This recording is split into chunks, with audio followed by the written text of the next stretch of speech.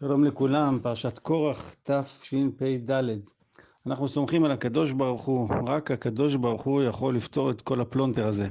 אשרי העם שככה לו, אשרי העם שהשם אלוקיו.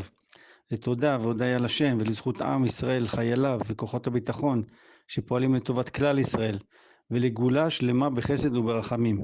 היום דרך אגב הוא יום הפטירה, יום שלישי, של התנא האלוקי בעל התרגום יונתן בן עוזיאל.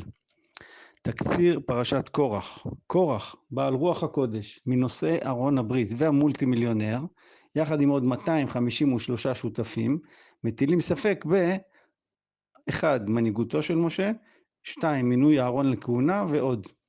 ספוילר שהוא לא ספוילר, כולם מתים בסוף, אבל לא כמו כולם, כי רובם מתים בסוף, אלא כמובן הרבה טרם זמנם.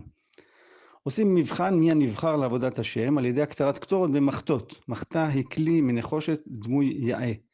עוד תלונות, עוד לשון הרע וקיטורים, מה שמכעיס מאוד, והקדוש ברוך הוא מציע למשה שוב לעשות ריסטארט לעם ישראל.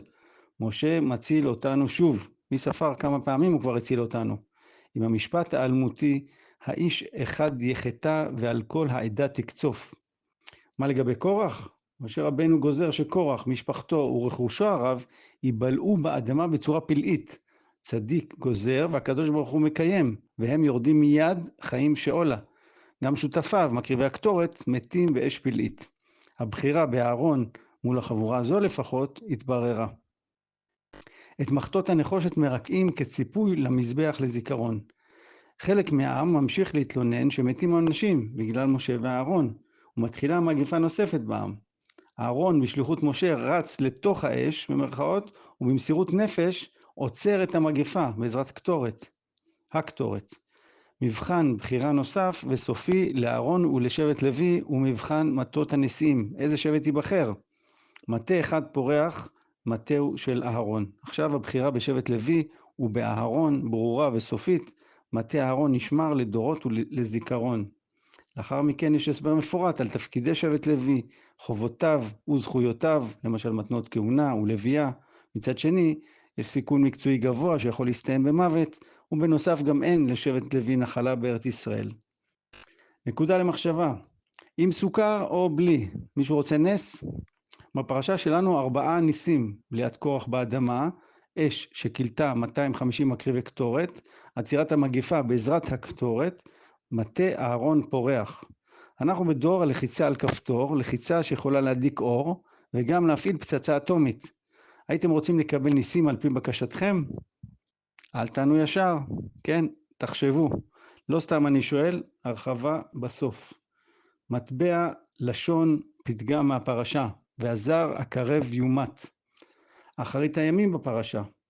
מה המשמעות הפנימית של הכינוי של דורנו, דור עקבתא דמשיחא? אור החיים הקדוש כותב שעקב הוא לשון סוף ותכלית, כמו העקבים שהם סוף תכונת האדם. אני מודה שלא הבנתי באמת עד העקב, אני מתכוון עד הסוף. לימדה תורה דרך ארץ מהפרשה, תפסת מרובה לא תפסת. קורח, בטופ של העושר, בטופ של הייחוס המשפחתי, מנושאי ארון הברית, בטופ הרוחני לכאורה, בעל דרגה מסוימת של רוח הקודש, ובכל זאת, כמו המן הרשע, כל זה לא שווה לו, או לא מספיק לו. יש לו מנה, רוצה 200 וכו'. אז מה עדיף להיות לא מרוצה, אבל עשיר כקורח, או שמח בחלקך, אבל שעיר וקרח? תצביעו בראש.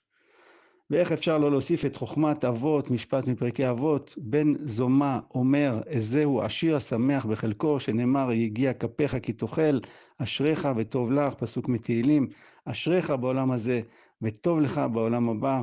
אבות, פרק ד', משנה א', טיפים לשולחן שבת. טיפ ראשון, קריאי מועד אנשי שם.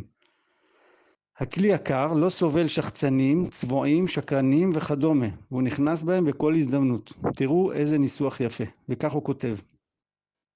נראין הדברים שנתקבצו אל קורח אנשים מראה לבב, אוהבי יותר את הכבוד, לא יותר את הכבד, יותר את הכבוד, והשררה, בחושבם כי לכולם ייתן שררות. בקרוב בעזרת השם שנזכה לאנשי השם ואנשי שם לטובת כלל ישראל, ולא לצורך עצמם בעזרת השם, רק בעזרת השם. טיפ שני, ויקח אהרון, וירוץ אל תוך הקהל, ויתן את הקטורת, ויכפר על עם. מכירים את צופן האטבש, מחליפים א' בת', ב' בש' וכן הלאה? וירוץ באטבש מגפה, שווה המילה מגפה, שרץ אהרון לעצור המגפה, כך כותב בעל הטורים.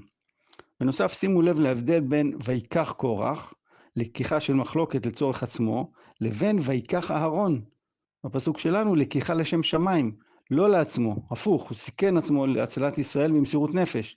וכך דוד המלך מכנה את אהרון בתהילים לאהרון קדוש השם, כמו שנאמר, ויודע השם את אשר לו ואת הקדוש ויקריב אליו. זה פסוק מהפרשה שלנו. תשובה לנקודה למחשבה. ניסים, כדאי או לא כדאי? חז"ל במספר מסכתות, למשל מסכת תענית, מסכת נדרים, אומרים שרצוי לא ליהנות מניסים. זה לא אסור, אלא הנהגה טובה וראויה, כך עולה מדברי רש"י. ושאין להיכנס למכון סכנה, ואין סומכין על הנס, כי אם יעשו לאדם נס, מנקים לו מזכויותיו. כמו שיעקב אבינו אומר, קטונתי מכל החסדים. מצד שני אומרים שנס שבציבור אין מנקים מזכויותיו.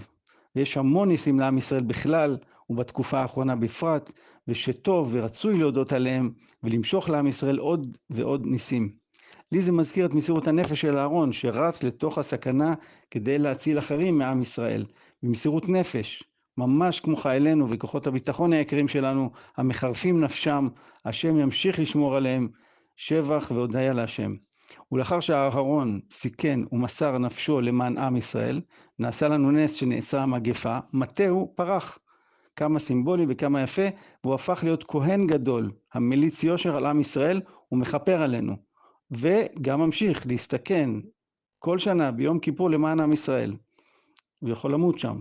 וכשיהיה בית המקדש, שנזכה עכשיו בעזרת השם, יהיה כהן גדול שיכפר על עם ישראל, וייתן לנו דוגמה אישית טובה ומסורת נפש לישראל. שבת שלום ומבורך, רק בשורות טובות לעם ישראל.